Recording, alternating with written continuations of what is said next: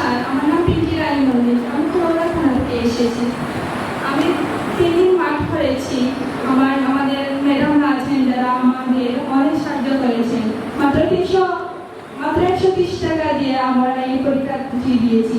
Written পরীক্ষায় উত্তীর্ণ হয়েছি, এবার বাইবা দিয়েছি, যাদের জন্য অপেক্ষা করছি। সবাইকে আমার পক্ষ থেকে ধন্যবাদ। আমার নাম মোহাম্মদ ফয়েজ আহমেদ।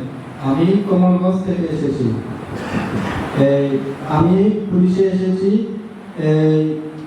বেশি কিছু টাকা খরচ করে নয়। আমি প্রথমে ধন্যবাদ জানাতে চাই মৌলভীবাজার জেলা পুলিশ সুপার মহোদয় জনাব মোহাম্মদ জাহাঙ্গীর হোসেন স্যারকে। সাথে ধন্যবাদ জানাতে চাই আমাদের এই প্রথম দিনের মাঠ কার্যক্রম, প্রথম দ্বিতীয় তৃতীয় দিনের মাঠ কার্যক্রম পরিচালিত করার জন্য সকল স্যারদেরকে আমি ধন্যবাদ জানাতে চাই। আমি প্রথম 3 দিনের শারীরিক ফিজিক্যালি শারীরিক ইয়েতে টিকার জন্য, তারপর আমি রিটেনে পাস করি। তারপরে এখন আমি ভাইবা দিয়েছি। আমি ভাইবাতে স্যার আমাকে অনেক ভালো ভালো প্রশ্ন জিজ্ঞেস করেছে, অনেক সুন্দরভাবে আমাদের আচার কথাবার্তা বলেছে। আমি প্রশ্নের উত্তর দিই। এখন রেজাল্টের জন্য অপেক্ষা করছি। আমি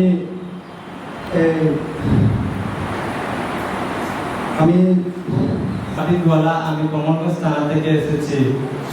আর আমি এই পর্যন্ত 3টা মাঠ শেষ করে এবং রিটার্নের বাই খুব আমার দিক থেকে আমি বেস্ট দিয়েছি এবং আমি রেজাল্টের জন্য অপেক্ষায় আছি স্যার। এবং আমি ধন্যবাদ জানাচ্ছি মৌলভীবাজার পুলিশ সুপারকে এবং সকল সদস্যকে এবং ধন্যবাদ সবাইকে। 18 নম্বর যে হয়েছে সজীব চন্দ্র দাস, 610119। আমি পিঙ্কি রানী মল্লিক। আমার মেয়ের ওনার চাকরি হয়েছে স্যার। আমি অত্যন্ত খুশি হয়েছি। আপনারা পুলিশ সুপার সবাইকে আমার আদার ধন্যবাদ। আপনি বলবেন?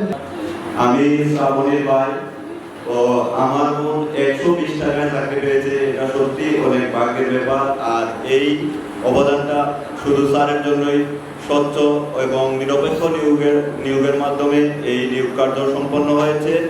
আর আমি বিশেষ করে ধন্যবাদ জানাই মৌলভীবাজার পুলিশ সুপার মহোদয়কে, যিনি এত সুন্দর করে এবং সুষ্ঠুভাবে এই নিয়োগ কার্যক্রম সম্পন্ন করার জন্য। এই অনুভূতিটা আসলেই অনেক ভালো, যা আমি কল্পনাও করতে পারিনি যে 120 টাকায় পুলিশের চাকরি হবে।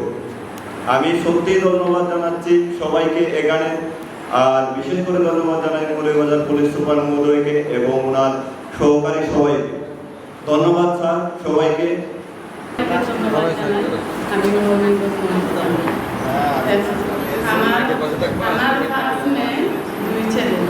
আমার স্বামী মারা গেছেন প্রায় 6 মাস হয়েছে। আমার স্বামী ইচ্ছা ছিল আমার মেয়েকে মিশর চাকরিতে কিন্তু খুব দুঃখের বিষয়, আমার স্বামী এখন বেঁচে নেই, দিতে পারেনি। কিন্তু আমি খুব এখন খুশি আছি আমার বাচ্চাটা মিশর চাকরিতে জয়েন করতে পেরেছে। আর খুব সুন্দর শৃঙ্খলা, আইন শৃঙ্খলা মেনটেন হয়ে এগুলা হয়েছে। খুব সুন্দর লাগছে।